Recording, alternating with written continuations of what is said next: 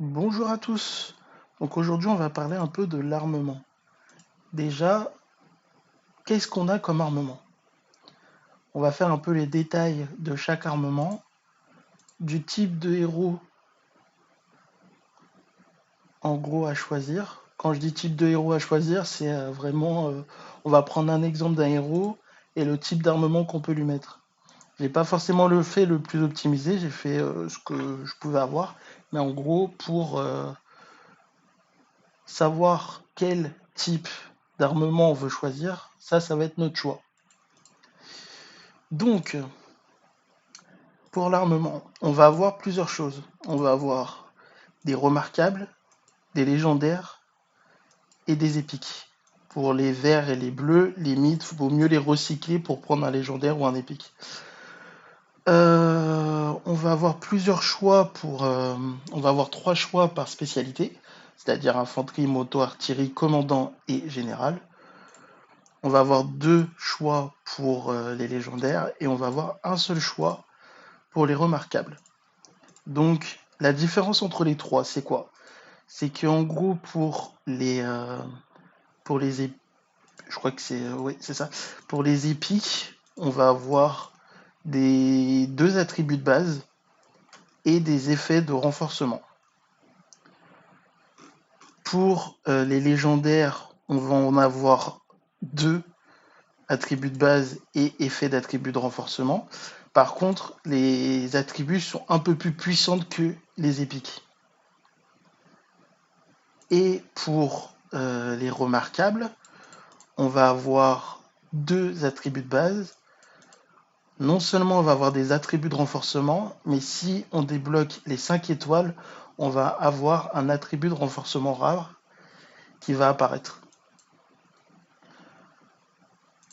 Les violets vont être beaucoup plus faciles à monter que les légendaires et les remarquables, et les légendaires vont être beaucoup plus simples à monter que les remarquables. La première chose à savoir, c'est qu'en gros, va falloir faire un choix. Vous allez me dire quel genre de choix.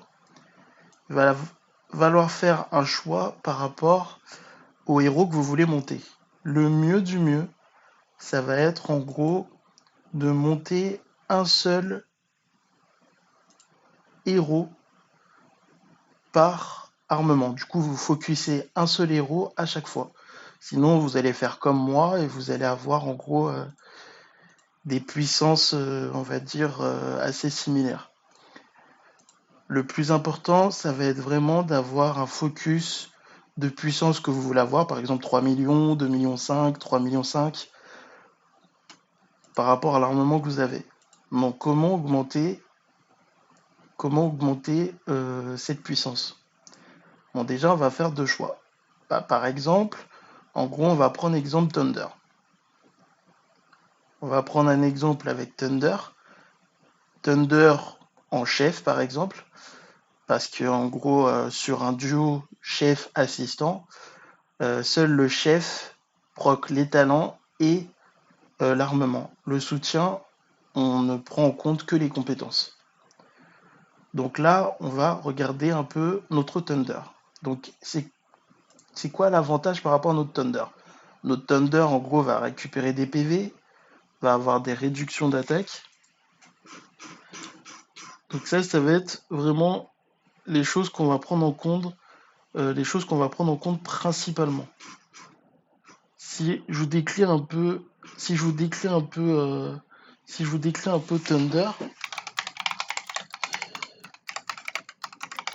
je dirais que, Thunder, c'est un très bon tank pour défendre une garnison. Il réduit les dégâts subis et améliore la résilience de l'infanterie.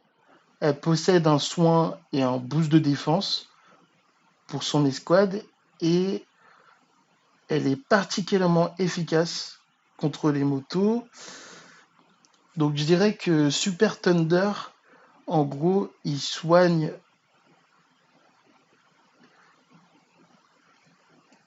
va avoir un facteur de PV, une réduction d'attaque et une réduction d'attaque escouade motorisée ennemie. Donc pourquoi c'est fort? Tout simplement parce qu'en gros, c'est des soins constants qui augmentent la durabilité de son escouade. il va affaiblir énormément les attaquants, surtout les unités motorisées, et il est parfait pour une garnison pour encaisser les assauts ennemis. La fortification armée, lui par contre, pourquoi c'est fort? Parce que l'infanterie devient beaucoup plus résistante et elle a une synergie parfaite pour son rôle de tank. Pour la cascade courageuse, en gros, c'est fort parce que on va avoir moins de dégâts reçus, donc plus de survivabilité. En garnison, ses contre-attaques frappent encore plus fort. Pour la base secrète, ce qui est fort chez lui, ça va être en gros, il va réduire les dégâts en garnison et un soin passif qui améliore sa longévité. Et pour son éveil, donc la force de rôle, il va booster les dégâts alliés autour de lui et ça va être très utile en ralliement défensif ou lors d'un combat en groupe. C'est pour ça qu'il est vraiment très très fort en garnison. Donc maintenant qu'on sait ça, en gros, qu'est-ce qu'on peut faire donc pour l'armement? Donc déjà, la première chose à regarder, ça va être nos types, d'armement. Donc là, par exemple, on peut aller ici. On peut directement regarder l'attribut de base. Parce que là, pour l'instant, on regardera l'attribut de base. On va avoir 3 armes. On va avoir la létalité d'infanterie, attaque en bataillon d'infanterie, la létalité dégâts d'attaque de base d'escouade, et la létalité attaque de bataillon. Donc qu'est-ce qui serait le plus rentable chez lui? On sait que ça va nous servir lors des garnisons. Donc, pour moi, en gros, peu importe ce que vous chopez, vous ferez forcément de la létalité d'infanterie. Donc le choix sera forcément dans le deuxième attribut. Donc on va plutôt se mettre dans l'attaque de base, dans l'attaque de bataillon, ou plutôt dans les dégâts d'attaque de base d'escouade. Donc ça c'est un choix en gros à faire par rapport à ce que vous voulez. Donc soit en gros vous voulez des attaques de bataillon d'infanterie, donc pour maximiser l'infanterie, soit en gros des attaques de bataillon tout court, ou soit des dégâts d'attaque de base d'escouade. Donc là pour moi en gros je partirais plus sur le bouclier revolver Rhino pour avoir des dégâts d'attaque de base de l'escouade. Et en gros, dès que vous pouvez améliorer la défense de bataillon, bah, vous partirez plus sur ça, ou des dégâts de contre-attaque reçus si vous n'avez vraiment pas le choix. Donc c'est vraiment l'attribut de base en gros qu'il faut regarder par rapport à votre héros et par rapport à l'utilité que vous voulez faire par rapport à cet héros. Ça va être exactement la même chose pour le légendaire. En gros, ça va être un choix par rapport à la deuxième compétence, enfin au deuxième attribut de base sur le choix que vous voulez faire. Par contre, pour les remarquables, en gros, vous n'avez pas forcément le choix, mais là, ça va être plutôt un choix par rapport aux effets d'attributs. Donc là, par exemple, en gros, vous avez votre héros. Vous l'avez armé avec tout ce que vous voulez. Donc, c'est quoi, enfin, qu'est-ce qu'on voudra exactement en attribut? Bah là, par exemple, en garnison, on va vouloir toutes les choses qui vont sur la garnison, la défense. Et un petit peu d'attaque, ça fait toujours du bien. Mais en gros, c'est limite les deux principaux qu'on va viser. Dès que vous voyez garnison, c'est que c'est bon. En gros, vous le prenez.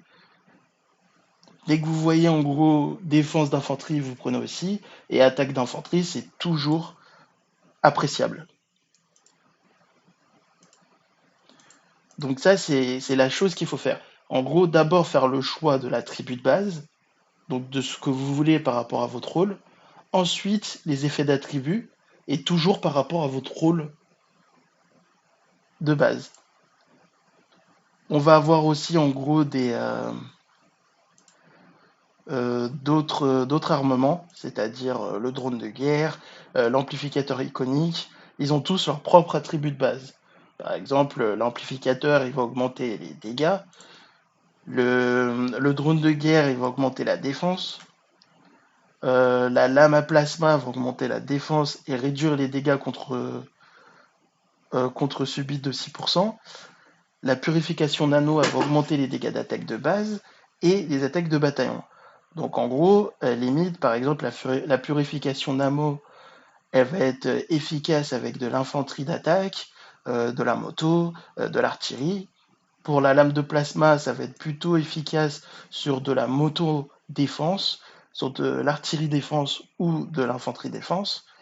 L'amplificateur iconique, ça va être plutôt efficace avec de l'artillerie. Le drone de guerre, ça va être plutôt efficace sur de l'infanterie ou des motos défense ou artillerie défense. Tout ce qui est défense en vrai. Alors, il y a aussi un petit tips. En gros, la vitesse de collecte, on va pas vraiment l'utiliser en vrai. On va pas vraiment l'optimiser, à part si vraiment vous êtes dans une zone dangereuse et du coup vous voulez vraiment vider le nœud très très vite. En vrai, on va plus essayer de le mettre dans un héros qu'on a envie et on va chercher les attributs qu'on a envie. Dites-vous que ce qui augmente la puissance, ça va être les étoiles de votre armement, mais le plus important, celui qui donne plus de puissance, ça va être vos attributs. Donc en gros, chaque attribut, violet comme or, ont leurs propres caractéristiques. Par exemple, là j'ai attaque de bataillon d'infanterie de 2,6%. Il se peut qu'il en existe un autre avec 2,4, 2,3%. Et c'est la même chose pour les violets. C'est pour ça qu'il faut faire attention à ce que vous choisissez. En gros, ça peut être moins puissant de ce que vous avez. Par exemple, si vous avez de l'attaque à 2% et que en gros vous voyez une défense de 1%, faites vraiment le choix, en gros, de dire est-ce que ça vaut vraiment le coup, même si j'ai envie de la défense, est-ce que ça vaut vraiment le coup de sacrifier 2% d'attaque. Donc c'est vraiment ce genre de choix en gros qu'il faut faire par rapport au type d'héros. Parce qu'on a plusieurs héros, hein. On a des héros en gros infanterie, on a des héros artillerie et des héros moto. Et chaque spécialité, du coup infanterie, moto et artillerie, vont voir leur propre spécialité. Par exemple, en infanterie, on a des infanteries d'attaque, on a des infanteries de tank, on a des infanteries de ralliement. Pour l'artillerie, ça va être la même chose. On a des artilleries pour de la garnison, on a des artilleries pour de ralliement, on a des artilleries pour des contre-attaques, on a des artilleries purement PVP. Et pour les motos, bah, ça va être la même chose. Par exemple, on a des motos qui vont être basées plus de la garnison, par exemple les nouveaux héros comme Chasseil. On va avoir des motos, en gros, qui vont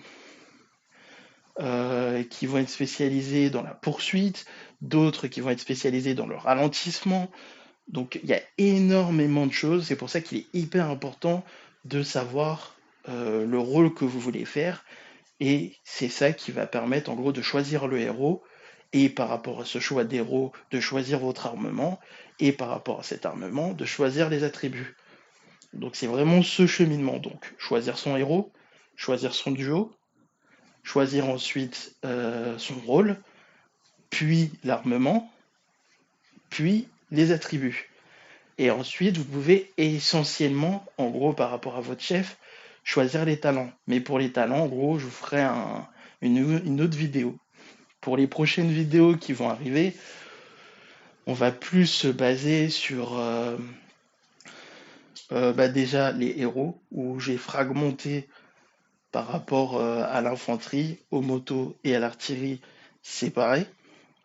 Pour les héros débutants qui sont plutôt intéressants, c'est-à-dire en violet.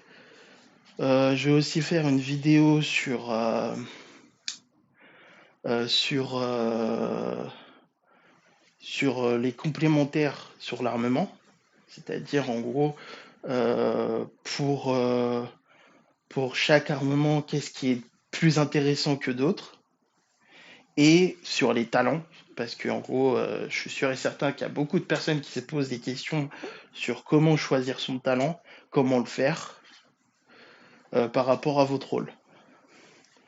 Voilà, ce qui met fin un peu à la vidéo. N'hésitez pas à mettre un j'aime en gros pour voir si vous appréciez un peu ce contenu et de mettre en gros un commentaire pour savoir quel genre de compliment vous voulez que je fasse ou si vous avez des questions en complémentaire. Merci à tous, au revoir.